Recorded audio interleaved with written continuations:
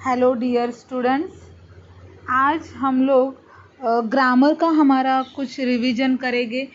जो कि पहले हम लोग ने सीखा है ये ग्रामर, और उसी का आज हम वापस थोड़ा सा क्वेश्चन आंसर्स देखने वाले हैं।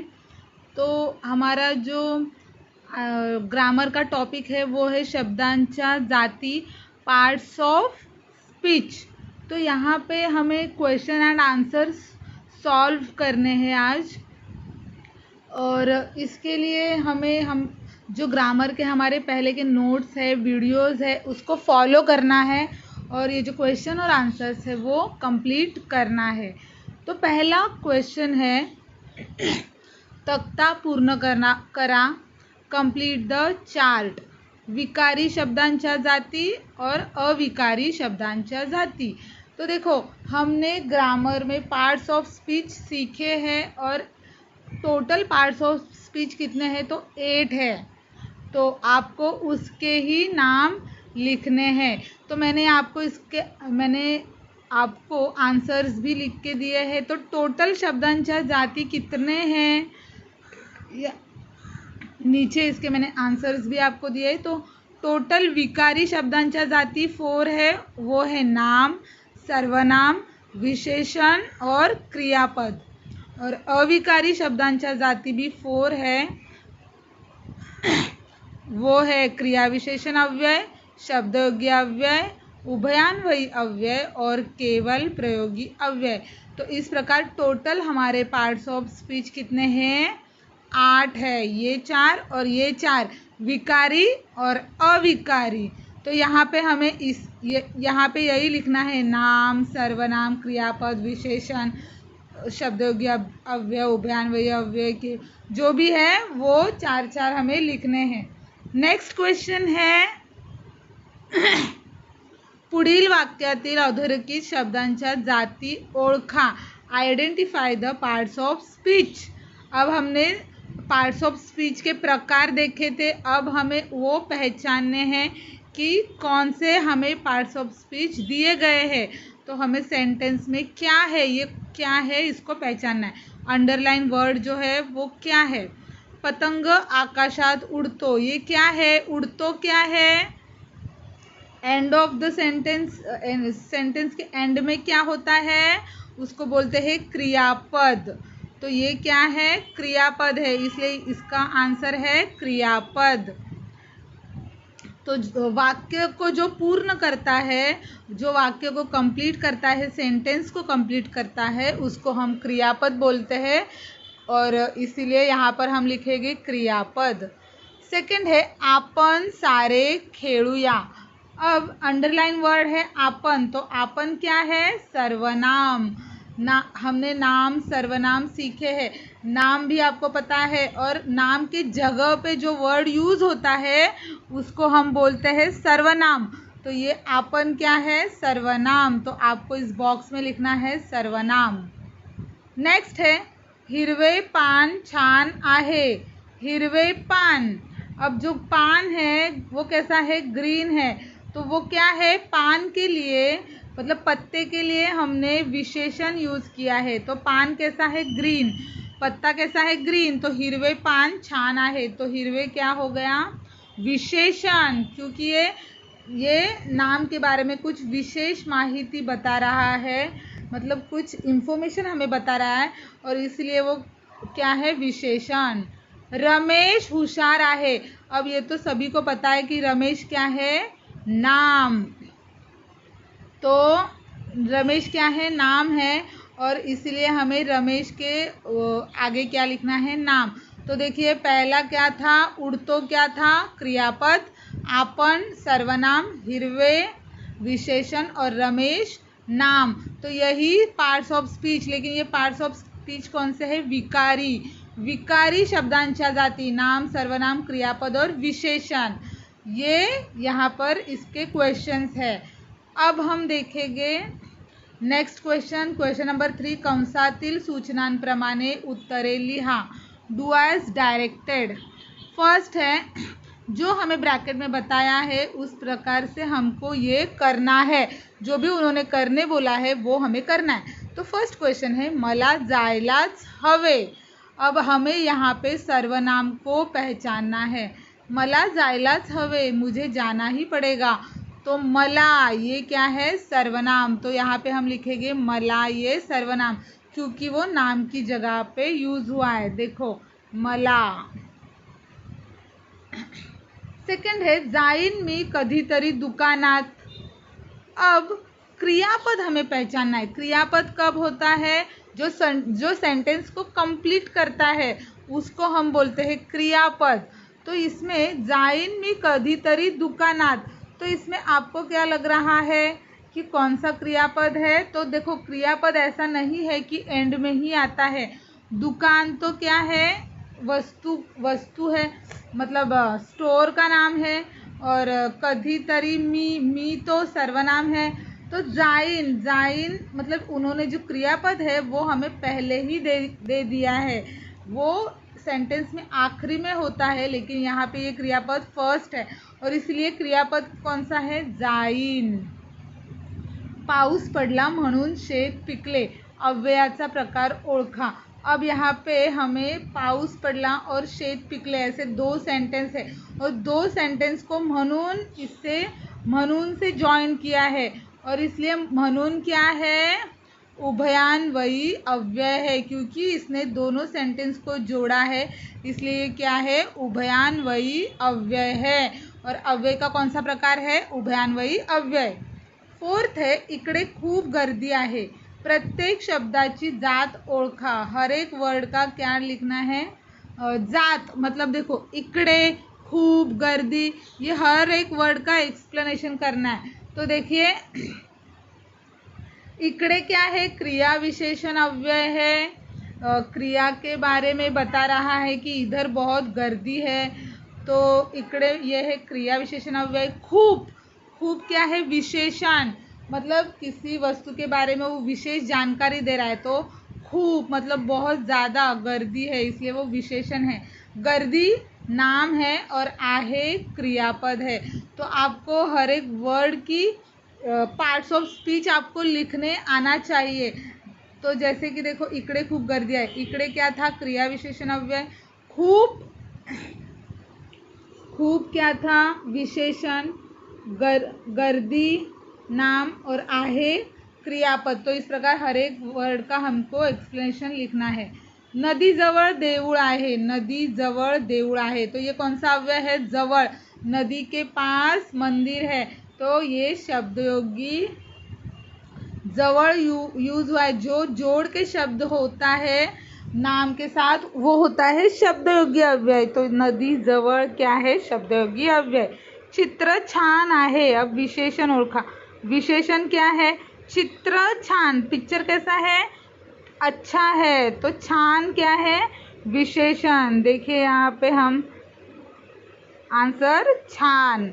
तो छान क्या है? विशेषण। मी जाणार नाही, अव्ययाचा कोणता प्रकार आहे? अव्यय का कौन सा प्रकार है? ये तो सभी को पता होना चाहिए कि ये है केवल प्रयोगी अव्यय, जिसमें ये जो मार्क है एक्सक्लेमेशन मार्क यूज होता है वो उसको बोलते हैं केवल प्रयोगी अव्यय। तो ये उहू जो है वो है केवल प्रयोगी अव्यय। पावसात काल झाड पडले। अब यहाँ से हम लोग को नामे ओळखा मतलब नाउन पहचानना है। तो पावसात काल झाड ये नाउन है और पाऊस भी नाउन ही है। तो देखिए यहाँ पे आंसर है हमारा पाऊस और झाड़। तो इस प्रकार से हमें जो भी ब्रैकेट में सूचना दी गई है उस प्रकार से हमें इसके आंसर लिखने हैं। ये आपको एग्ज़ाम में भी आएगा और इसको अच्छी तरह से इसका स्टडी करो। विशेषण व विशेष यांच्या योग्य जोड्या जुळवा। Match the adjectives with their perfect nouns. तो अब हमें मैच द कॉलम्स करना है। पिकलेली, यहाँ पे हम लोगों को पिकलेली मीन्स बहुत पक्का हुआ, तो वो क्या है? पिकलेली जांभळे ये एक फ्रूट का नाम है। तो पिकलेली जांभळे। सानुली झुळूक, सानुली क्या है? झुळूक। पडका वाड़ा। सानुली मतलब छोटी सी, और झुड़ुक मीन्स छाया, हवा, छोटी सी हवा। पड़का है वाड़ा, पड़का मतलब गिरा हुआ, और वाड़ा मीन्स घर, तो पड़का क्या है? घर। गोड़ लकेर, गोड़, गोड़ मीन्स स्वीट, और लकेर मीन्स कुछ गाना हम जब गाते हैं उसको हम लोग बोलेंगे लकेर। तो देखो यहाँ पे हमने आंसर दिए हैं पिकलेली जांभळे, सानुली झुड़ुक, पड़का वाड़ा और गोड़ लकेर। तो इस तरह से हमने ये ग्रामर का पार्ट्स ऑफ स्पीच जो है इसका रिवीजन किया है। ये आपको एग्जाम में आएगा, इसको आप अच्छी तरह से पढ़ो। नेक्स्ट है व्याकरण, शब्दांच्या जाती। अगेन पार्ट्स ऑफ स्पीच ही है। विकारी शब्द, अविकारी शब्द। विकारी कौन से होते हैं? नाम, सर्वनाम, क्रियापद, विशेषण। और अविकारी कौन से होते हैं? क्रिया विशेषण, शब्दयोगी, उभयान्वयी और केवल प्रयोगी। केवल प्रयोगी में एक्सक्लेमेशन मार्क यूज होता है। उभयान्वयी मतलब वो नाउन के साथ जोड़ के आता है। शब्दयोगी उभयान्वयी में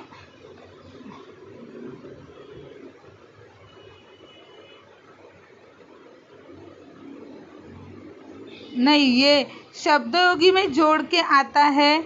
क्रिया विशेषण वो क्रिया के बारे में कुछ बताता है। और उभयान्वयी दो शब्दों को जोड़ता है, दो शब्दों को उभयान्वयी अव्यय जोड़ता है, जैसे कि म्हणून। क्रिया विशेषण में क्या होता है? क्रिया के बारे में बताता है, जैसे कि हिरवे पान।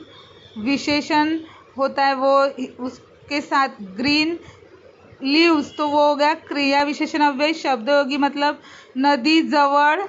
उभयान्वयी दो शब्दों को जोड़ता है, म्हणून पाऊस आला म्हणून मी घरी गेलो। और केवल प्रयोगी में क्या होता है? अबब, उहू, वाह, अच्छा, ऐसे वर्ड्स यूज होते हैं एक्सक्लेमेशन मार्क के साथ। तो ये आपको जो पार्ट्स ऑफ स्पीच है ये अच्छी तरह से याद करने हैं। अब मैंने आपको कुछ एक्सरसाइज सॉल्व करने के लिए दी है। नाउन और सर्वनाम, नाम और सर्वनाम मीन्स प्रोनाउन।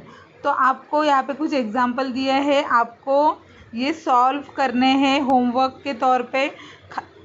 एक मैं आपको एक सॉल्व करके बताऊंगी और बाकी के आपको खुद करने हैं। तो खालील वाक्यातील नाम ओळखून लिहा। जो वाक्य दिए हैं इसमें से हमें नाउन पहचान के लिखना है। तो ये वाक्य लिखना है और उसके नीचे उसके आगे डैश मार के जो भी नाउन है वो लिखना है।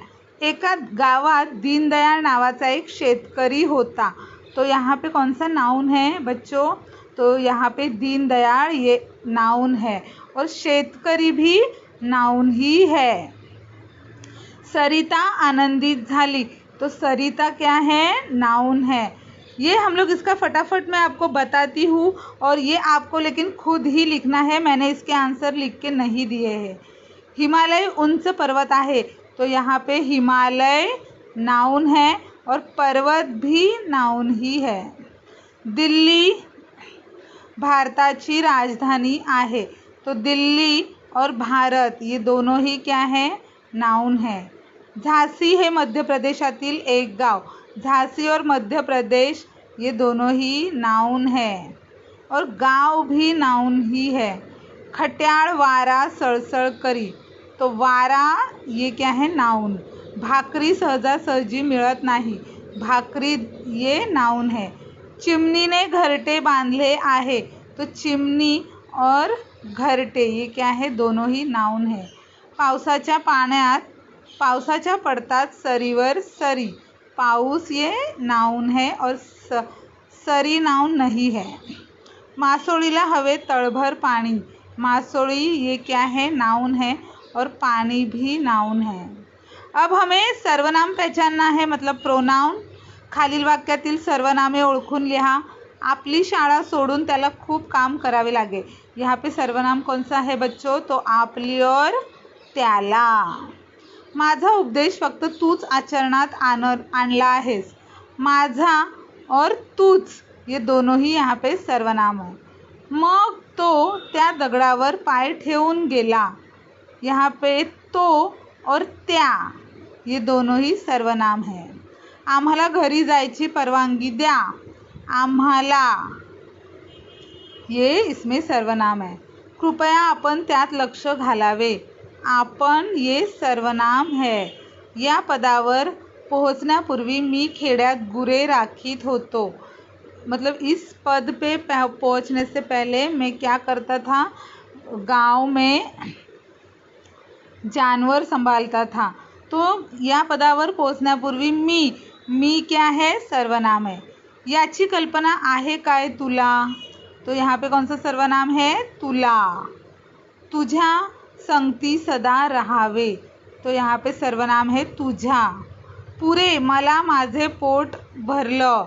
पुरे मला माझे पोट भरलं मीन्स मेरा पेट भर चुका है, तो मला ये सर्वनाम है. पण के गुपित मी बिल्कुल सांगणार नाही, तो यहाँ पे मी ये सर्वनाम है. अशाने स्वतःची लायकी मला कळते, तो यहाँ पे मला ये सर्वनाम है. तो मी, मला, त्याचे, माझे ये सब क्या है, सर्वनाम है. आपण, आपले ये सब जो वर्ड्स नाम के जगह पे यूज़ होते हैं उसको हम क्या बोलेंगे, सर्वनाम. तो इस तरह से आपको जो दो मैंने एक्सरसाइज दी है ये आपको कंप्लीट करनी है, नाम और सर्वनाम. और उसी के साथ आपको ऊपर की जो एक्सरसाइज है पार्ट्स ऑफ स्पीच आइडेंटिफाई करना है, उसके नाम लिखने हैं और यहाँ पे जो ब्रैकेट में दिया है वो लिखना है, कंप्लीट करना है. और ये एक्सरसाइज कंप्लीट करके मुझे इसके फ़ोटोज़ भेजने हैं. अगर आपको कुछ डाउट है तो आप पूछ सकते हो. थैंक यू, धन्यवाद.